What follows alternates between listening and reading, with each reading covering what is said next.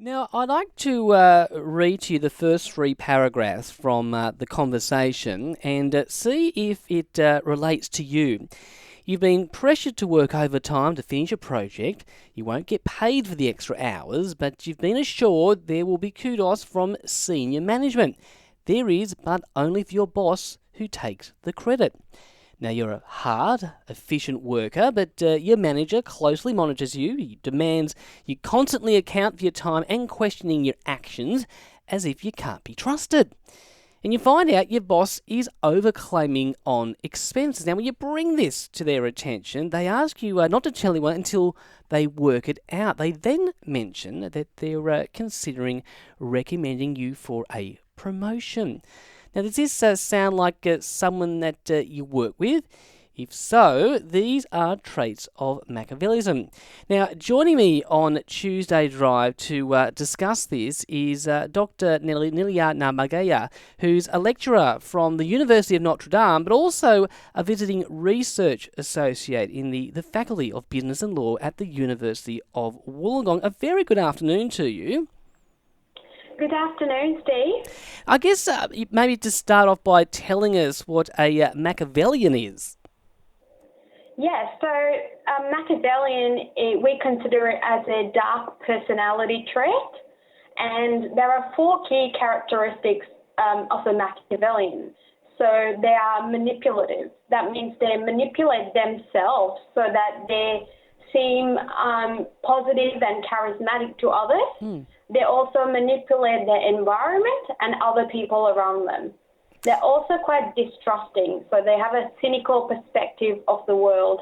They think everyone's out to get them, and because of that reason, they're also really controlling as well. They try to control themselves, so they appear charismatic and like a great person, but they also try to control others as well. And they also really strive to achieve power and authority. So you often see them in positions that allow them these things. So managers, bosses, politicians even, things like that. So that is sort of the gist of a Machiavellian personality. What I guess made you want to research this? Because it's quite interesting.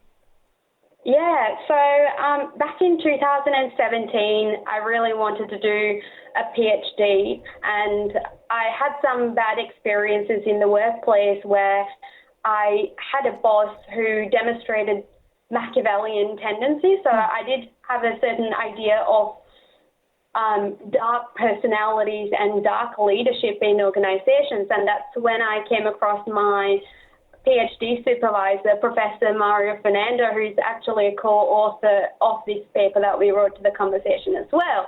And we were just having a chat. And 2017, that was when Donald Trump was elected to be the president of the United States.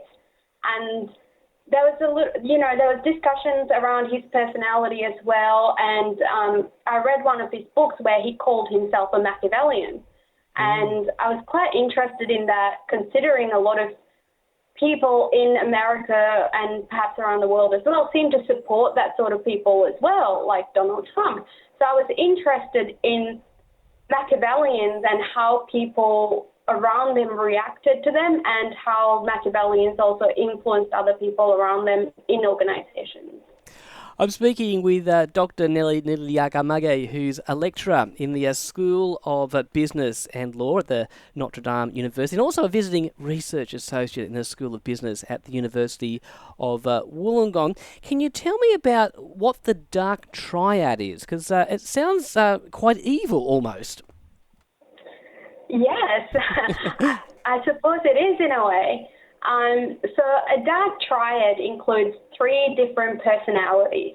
It includes Machiavellianism, which what I'm studying, but it also includes psychopathy and narcissism. And narcissism is something that we see commonly now, I think, especially with things like Instagram and things like that. Psychopathy is not as common, but we do see that in the workplace as well. And and Machiavellianism. So that's the three of the dark triads. And those are around antisocial behaviours. So that could include things like bullying, abusive behaviours, misusing resources, pressuring other workers and employees in an organisation. If someone is listening this afternoon and they're thinking to themselves, perhaps their employer or their boss does have these Machiavellian traits, how can someone work with someone like this?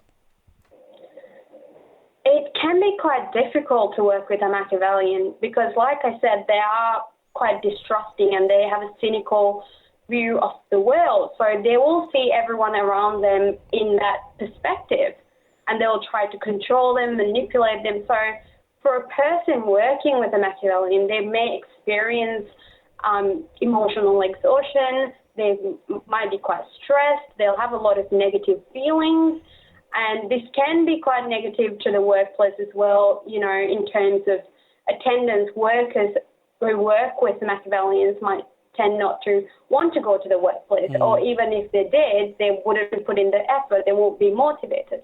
So it can be a struggle, it can be quite difficult for someone to work with a Machiavellian boss.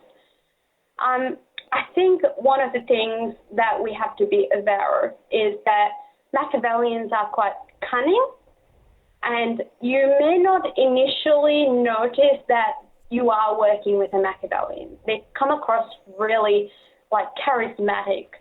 They come across as perhaps like a perfect boss. And slowly but surely they'll use certain strategies to manipulate you into doing things that will support their goal, not yours. So it can be quite difficult and tricky managing a Machiavellian and to have a Machiavellian boss as well. I'm fascinated because obviously we're becoming so much more wise now to issues like workplace harassment and bullying. What does the law say about a boss who has these traits? So unfortunately, there's nothing much you can do in terms of the law for if someone's been manipulative or self-interested, because sad to say, those are quite common in some of the workplaces. But if you are experiencing bullying, abuse, or something that is really making you feel terrible, then in that case, there are certain people that you can contact, such as your unions or Fair Work Ombudsman.